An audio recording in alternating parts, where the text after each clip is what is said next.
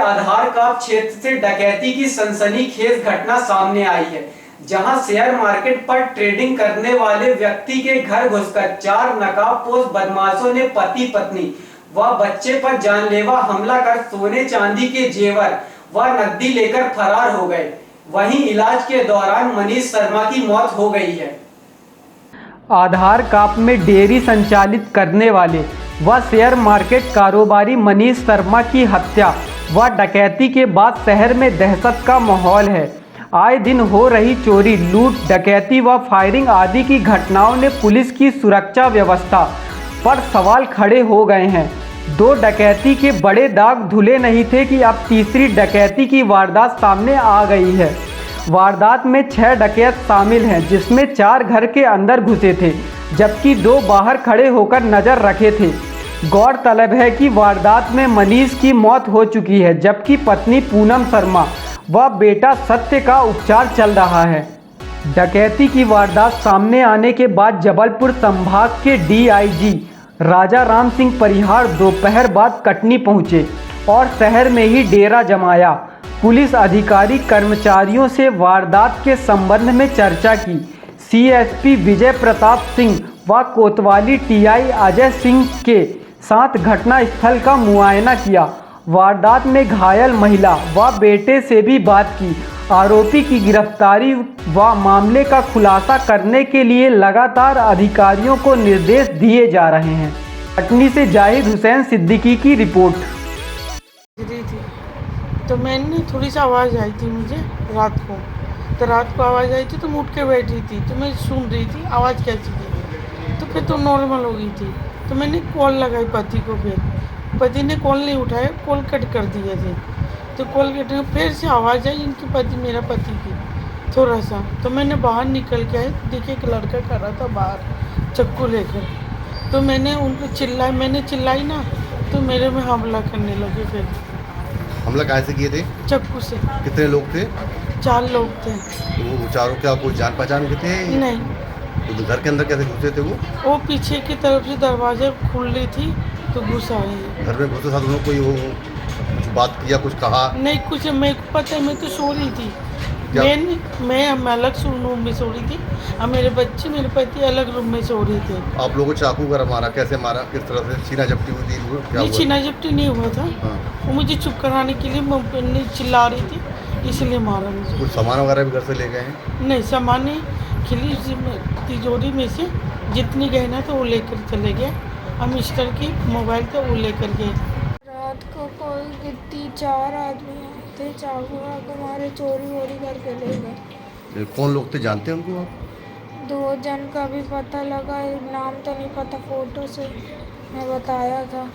वो कैसे लोग थे, किस तरह के दिखने वाले थे? झोपड़पट्टी टाइप के वो लोग। तो मास्क चेहरा वगैरह ढके थे क्या? हाँ। तो कैसे घर में कैसे घुसे थे? दरवाजा खुलवा के या दरवाजा तोड़ के?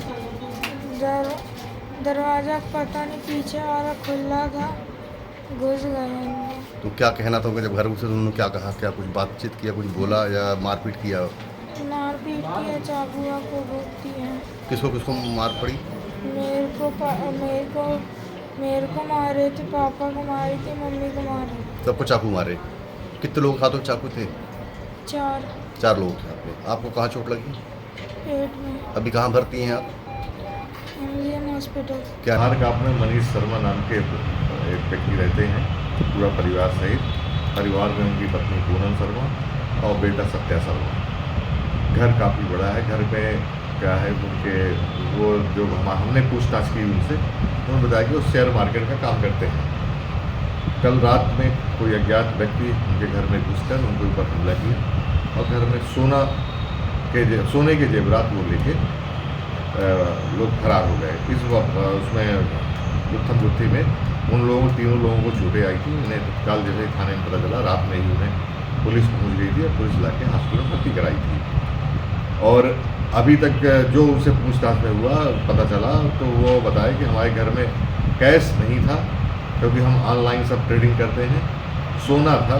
सोना उन्होंने बताया कि जो उन्होंने बताया कि 8-10 तोला सोना हमारे पास है और शेष हमारी पत्नी बताएगी। तो जो भी जानकारी मिली उसमें तत्काल हमने FIR अपराध क्रमांक 501, 458, 380 394 का अपराध पंजीबद्ध करके आरोपियों की तलाश शुरू कर दी है।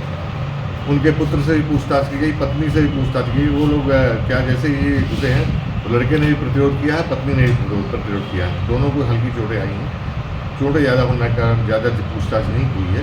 एक जनरल हमने जानकारी ले ली है, उससे कुछ भी चीज़ें तथ्य आए हैं सामने, उनके विषय में और जानकारी इकट्ठा करके संदेहों की तलाश की जा रही है। अभी तक किसी की भी मौत की कोई खबर है क्या? हाँ, ये जस्ट अभी पता चला है कि जो फरियादी हैं प्रकरण के मिस्टर मनीष शर्मा, उनकी मृत्यु हो गई है हॉस्पिटल में, धर्मलोक हॉस्पिटल में। उन्हें यहाँ से डॉक्टरों ने रिफ़र किया था जबलपुर। जब जबलपुर ले जाने लगे तो उनकी कुछ तबीयत और गड़बड़ होने लगी, तो तत्काल नज़दीकी हॉस्पिटल धर्मलोक में भर्ती किया गया और वहीं पर उनकी मृत्यु हो गई। डकैतियों ने जो डकैती किए उन लोगों की कुछ ऐसी पहचान या कुछ पुराना कोई रंजिश उनको बुरा नहीं, अभी ऐसा कोई तथ्य सामने नहीं आया है। फिर भी हम लोग लगे हैं कि भाई क्या आखिर ऐसी क्या बात थी कि अचानक इस तरह की घटना। सर काफ़ी बड़ा घर है तो सीसीटीवी कैमरे घर में नहीं लगे। हाँ, उनके यहाँ डाक जो है वो अच्छी क्वालिटी का था, रोड बिल्ले कहलाता है, कहते हैं बहुत खतरनाक होता है।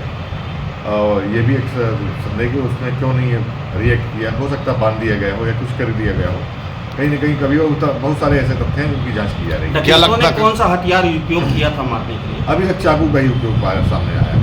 क्या लगता है पुलिस कब तक गिरफ्तार कर सकेगी इन लोगों को? अभी तो अज्ञात में चल रहे हैं। हम लोग लगे हैं कि किस तरह ज्ञात हो जाए कौन हो सकते हैं, कौन जितने भी पहलू हैं विवेचना के सभी क्या वो सारे आरोपी बाहरी थे या लोकल यहीं के थे? नहीं, अभी बातचीत भी नहीं पता चली, बातचीत भी नहीं की उन्होंने। इनके परिवार के लोग यहाँ रहते थे कि 3 लोग ही थे? नहीं, इनके एक मेरे भाई भी बगल में रहते थे, जॉइंट मकान बना हुआ, वो इस समय नहीं थे, बॉम्बे गए हुए थे 8-10 दिन से। तो ये 3 ही लोग थे।